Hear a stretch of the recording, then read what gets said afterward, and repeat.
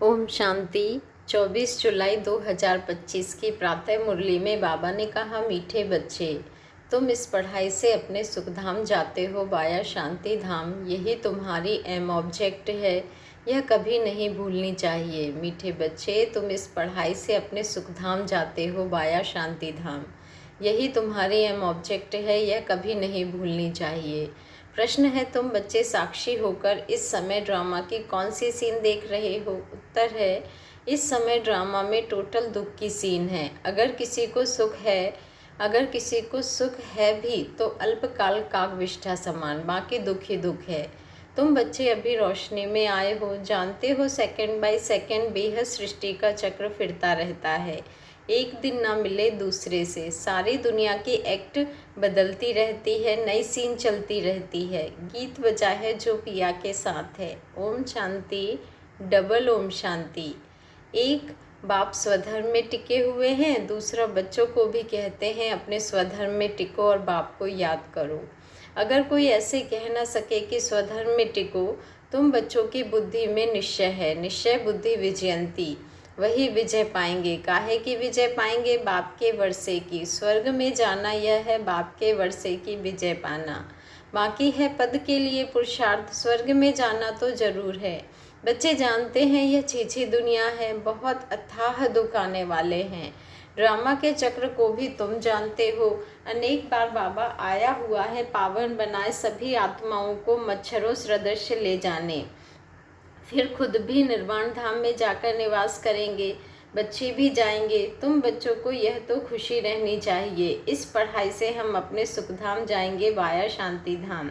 यह है तुम्हारी एम ऑब्जेक्ट, यह भूलनी नहीं चाहिए। रोज रोज सुनते हो, समझते हो हमको पतित से पावन बनाने के लिए बाप पढ़ाते हैं, पावन बनने का सहज उपाय बताते हैं याद का। यह भी नई बात नहीं, लिखा हुआ है भगवान ने राजयोग सिखाया। सिर्फ भूल यह कर दी जो श्री कृष्ण का नाम डाल दिया है। ऐसे भी नहीं है बच्चों को जो नॉलेज मिल रही है वह गीता के सिवाय और कोई शास्त्र में होगी। बच्चे जानते हैं कोई भी मनुष्य की महिमा है नहीं जैसे बाप की है। बाप ना आए तो सृष्टि का चक्र ही ना फिरे। दुखधाम से सुखधाम कैसे बने? सृष्टि का चक्र तो फिरना ही है, बाप को भी जरूर आना ही है। बाप आते हैं सबको ले जाने, फिर चक्र फिरता है। बाप ना आए तो कलयुग से सतयुग कैसे बने? बाकी यह बातें कोई शास्त्रों में नहीं है, राजयोग है ही गीता में। अगर समझे भगवान आबू में आया है तो एकदम भागे मिलने के लिए। सन्यासी भी चाहते तो है ना कि भगवान से मिले। पतित पावन बाप को याद करते हैं वापस जाने के लिए। अभी तुम बच्चे पद्मा पदम भाग्यशाली बन रहे हो, वहाँ अथाह सुख होते हैं। नई दुनिया में जो देवी देवता धर्म है वह अभी नहीं है। बाप देवी राज्य की स्थापना करते ही हैं ब्रह्मा द्वारा। यह तो क्लियर है, तुम्हारी एम ऑब्जेक्ट ही यह है, इसमें संशय की बात ही नहीं। आगे चलकर समझ ही जाएंगे, राजधानी जरूर स्थापन होती है। आदि सनातन देवी देवता धर्म है। जब तुम स्वर्ग में रहते हो तो इनका नाम ही भारत रहता है, फिर तुम जब नर्क में आते हो तब हिंदुस्तान नाम पड़ता है। यहाँ कितना दुख ही दुख है, फिर यह सृष्टि बदलती है, फिर स्वर्ग में है ही सुखधाम। यह नॉलेज तुम बच्चों को है। बाबा कहते हैं यह नॉलेज तुम बच्चों को है। दुनिया में मनुष्य कुछ भी नहीं जानते। बाप खुद कहते हैं अभी है अंधियारी रात, रात में मनुष्य धक्के खाते रहते हैं, तुम बच्चे रोशनी में हो। यह भी साक्षी हो, बुद्धि में धारण करना है। सेकंड बाय सेकंड बेहद सृष्टि का चक्र फिरता रहता है। एक दिन ना मिले दूसरे से, सारी दुनिया की एक्ट बदलती रहती है, नई सीन चलती रहती है। इस समय टोटल है ही दुख की सीन। अगर सुख है तो भी कागविष्ठा समान, बाकी दुख ही दुख है। इस जन्म में करके सुख होगा, फिर दूसरे जन्म में दुख। अब तुम बच्चों की बुद्धि में यह रहता है अभी हम जाते हैं अपने घर, इसमें मेहनत करनी है पावन बनने की। श्री श्री ने श्रीमत दी है श्री लक्ष्मी नारायण बनने की। बैरिस्टर मत देंगे बैरिस्टर भव। अब बाप भी कहते हैं श्रीमत से यह बनो। अपने से पूछना चाहिए मेरे में कोई अवगुण तो नहीं है। इस समय गाते भी हैं मुझ निर्गुण हारे में कोई गुण नाही, आपे ही तरस परोई।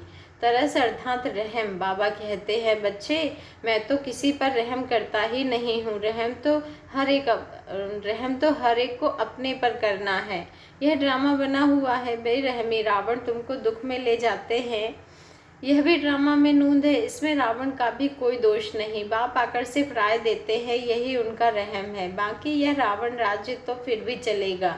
ड्रामा अनादि है, ना रावण का दोष है ना मनुष्यों का दोष है। चक्र तो फिरना ही है। रावण से छुड़ाने के लिए बाप युक्तियां बताते रहते हैं। रावण मत पर तुम कितना पाप आत्मा बने हो। अभी पुरानी दुनिया है, फिर जरूर नई दुनिया आएगी। चक्र तो फिरेगा ना। सतयुग को फिर जरूर आना है। अभी है संगम युग। महाभारत लड़ाई भी इस समय की है। विनाश काले विपरीत बुद्धि विनश्यंती, यह होने का है। और हम विजयंती स्वर्ग के मालिक होंगे, बाकी सब होंगे ही नहीं। यह भी समझते हो। पवित्र होने बगैर देवता बनना मुश्किल है। अब आपसे श्रीमत मिलती है श्रेष्ठ देवता बनने की। ऐसी मत कभी मिल ना सके। श्रीमत देने का उनका पाठ है ही संगम पर, और कोई में तो यह ज्ञान ही नहीं है। भक्ति माना भक्ति, उनको ज्ञान नहीं कहेंगे। रूहानी ज्ञान ज्ञान सागर रूह ही देते हैं।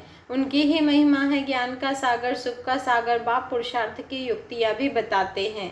यह ख्याल रखना चाहिए कि अभी फैल हुए तो कल्प कल्पांतर फैल होंगे। बहुत चोट लग जाएगी। श्रीमत पर न चलने से चोट लग जाती है। ब्राह्मणों का झाड़ बढ़ना भी जरूर है, इतना ही बढ़ेगा जितना देवताओं का झाड़ है। तुमको पुरुषार्थ करना और कराना है। सैंपलिंग लगती रहती है, झाड़ बड़ा हो जाएगा। तुम जानते हो अभी हमारा कल्याण हो रहा है। पतित दुनिया से पावन दुनिया में जाने का कल्याण होता है। तुम बच्चों की बुद्धि का ताला अभी खुला है। बाप बुद्धिमानों की बुद्धि है ना, अभी तुम समझ रहे हो। फिर आगे चल देखना किस किस का ताला खुलता है। यह भी ड्रामा चलता है, फिर सतयुग में रिपीट होगा। लक्ष्मी नारायण जब तख्त पर बैठते हैं तब संवत शुरू होता है। तुम लिखते भी हो वंश से 1250 वर्ष तक स्वर्ग। कितना क्लियर है। कहानी है सत्यनारायण की, कथा अमरनाथ की है ना। तुम अभी सच्ची सच्ची अमरनाथ की कथा सुनते हो, उसका फिर गायन चलता है। त्योहार आदि सब इस समय के हैं। बाबा कहते हैं नंबर 1 पर्व है शिव बाबा की जयंती। कलयुग के बाद जरूर बाप को आना पड़े दुनिया को चेंज करने। चित्रों को कोई अच्छी रीति से देखे, कितना पूरा हिसाब बना हुआ है। तुमको यह खातरी है जितना कल्प पहले पुरुषार्थ किया है उतना करेंगे जरूर। साक्षी हो, औरों को भी देखेंगे। अपने पुरुषार्थ को भी जानते हो, तुम भी जानते हो। स्टूडेंट अपनी पढ़ाई को नहीं जानते होंगे, दिल खाएगी जरूर कि हम इस सब्जेक्ट में बहुत कच्चे हैं, फिर नापास हो जाते हैं।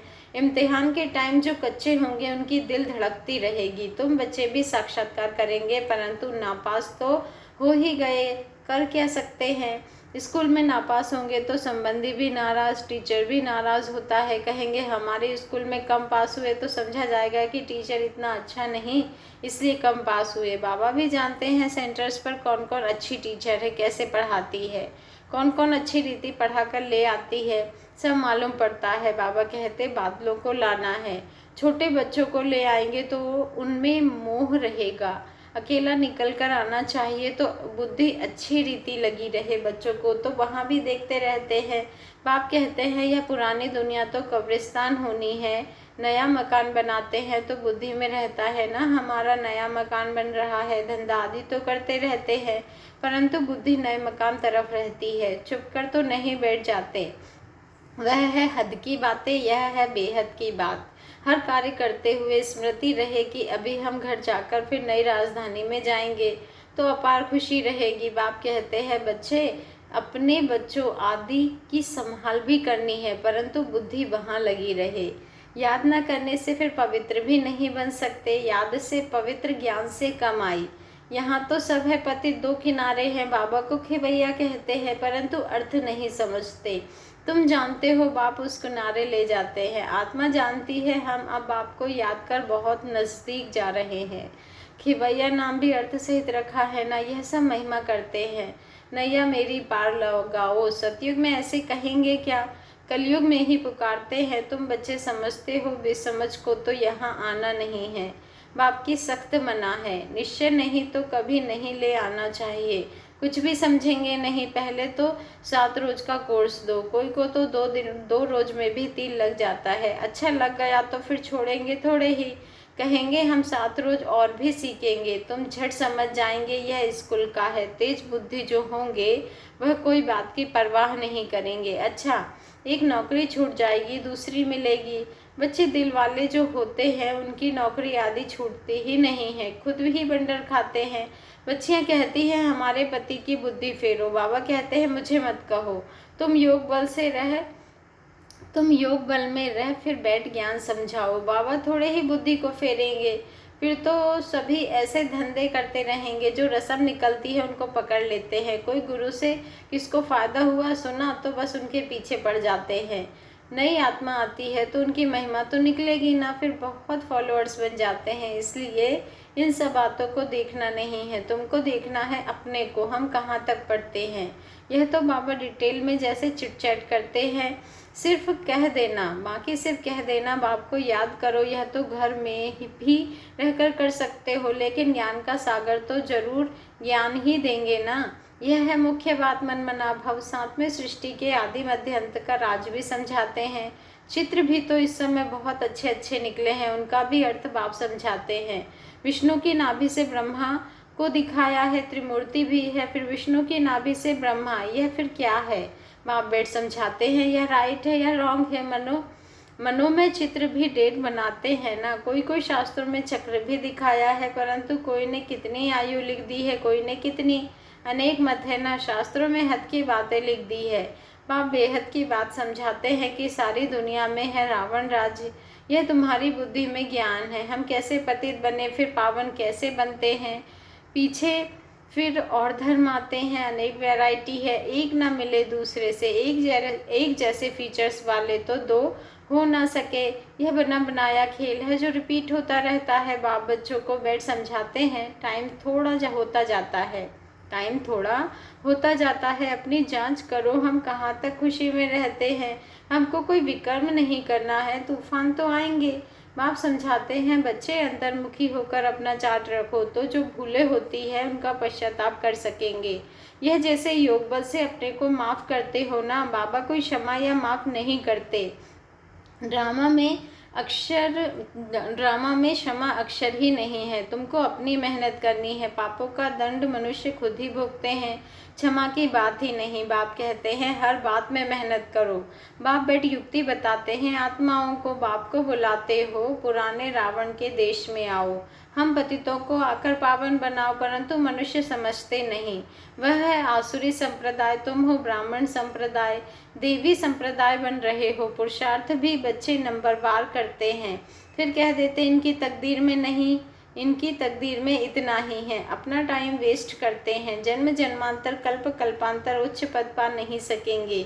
अपने को घाटा नहीं डालना चाहिए अभी, क्योंकि अभी जमा होता है फिर घाटे में चले जाते हो। रावण राज्य में कितना घाटा होता है। अच्छा, मीठे मीठे सिके लधे बच्चों प्रति माता पिता बाप दादा का याद प्यार और गुड मॉर्निंग।